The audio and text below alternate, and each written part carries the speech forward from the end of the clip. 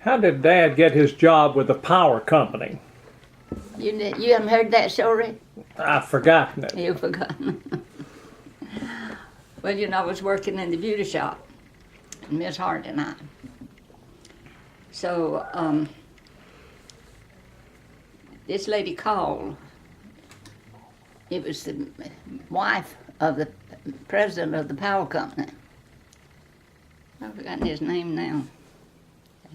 I can't remember names off of a sudden that way. But anyway, her sister was visiting from Atlanta, and Edith wanted her hair done. They were going to a luncheon, and Edith had to have her hair done. So Ms. Hart said, well, I am just too busy. I can't take you. I said, now, Ann's got a break. She can take you. And she said, well, is she any good? She said, yes, I wouldn't tell you that she could do it if she wasn't good.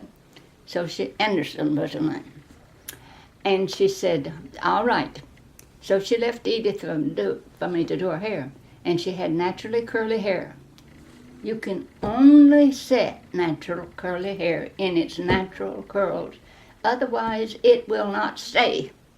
Right. It's going back to the natural way with just a set, So I started doing her hair. And she said, oh, that's not right. And I said, well, you tell me what you want, and I'll do it. So she said, you put the wave here, and you put the wave there. And I thought to myself, you're just crazy. It's not going to stay there. So I went ahead and set it and put it under the dryer and dried it. Ms. Anderson came back, and she looked at it. She said, she's not going to that luncheon looking like that. And it just made me so mad I didn't know what to do. And I very calmly said, Ms. Anderson, if you will leave Edith here for 45 minutes and tell her to keep her mouth shut, I'll do that hair, and I'll guarantee you it'll be all right. And she said, all right. So Edith came back in, and I did her hair, and it was perfect. It was perfect. There was nothing wrong with it. She thanked me and walked out. So the next time Ms. Anderson came to the shop, she asked for me instead of Ms. Hart. And I was giving her a manicure, and I was sitting there, we were just casually talking. And she said, what does your husband do? I said, he tried to get a job with Georgia Power Company, and I didn't know her husband was with Georgia Power Company. I didn't know who she was. I just knew she was Miss Anderson, that's all. And I said, but I said he couldn't see the man he was supposed to see. And I said, so he's working. How do you got this? Come here. And I said, he's working for Smith, the electrical company right now. She said, he's been to see the man at the power company. I said, yes. And I said, he couldn't see him. So a little bit, she said, do you know where my husband works? I said, no, I don't have any idea. She said, well, he's the man who's supposed to see. I said, oh, and I just knew I had played it then. He'd never get the job, Right. So I finished her manicure, and she said, Ann, you tell your husband to go back to the company, and that if Mr. Anderson is not where he can see him, you tell him to come to the house at 10 o'clock Saturday morning. And I said, I'll be sure that he sees him. And I said, thank you. And I wouldn't say anything else because I was scared I'd say the wrong thing, And so she left, and when Daddy got there that afternoon, I told him, and he said, I'll be there tomorrow. I won't go to the Smith.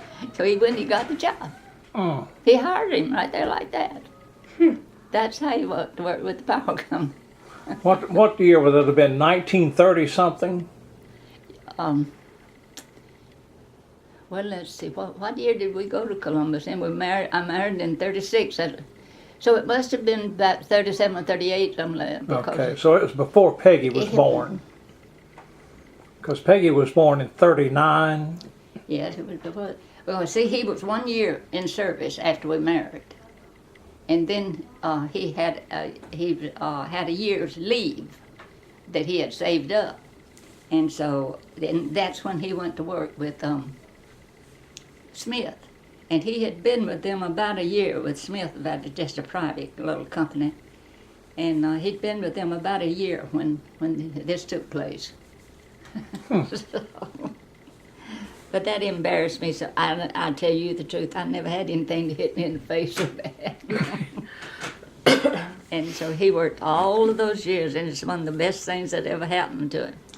And then, from then on, Miss Anderson, I did her hair the rest of the time. She never did go back to Miss Hart. That was it. That was it. Well, how did you feel about when they told Dad they were going to move him to Moultrie, Georgia? How did you feel about that? Well, I don't know as I really cared, but he came in that Friday afternoon, and he said, I have to be in Moultrie tomorrow. I said, you got to be in Moultrie tomorrow? He said, yes, I packed my bag down, and he said, I'll go on and said, you can get and come later on. Said, you'll just have to wait till I can find a place for you to stay there. Well, I knew Mom was at Barney, you know. And he went on to get some things, and he had to go to, I think, the drugstore for something. While he was gone, I got some boxes. I packed those boxes with all the things I wanted, and I put them in the car. And when he came back, he said, what are you doing? I said, I'm going too. And so we went to Moultrie. And so that's how we went to Moultrie. And lived in a hotel, in that Norman Hotel. That's where we lived.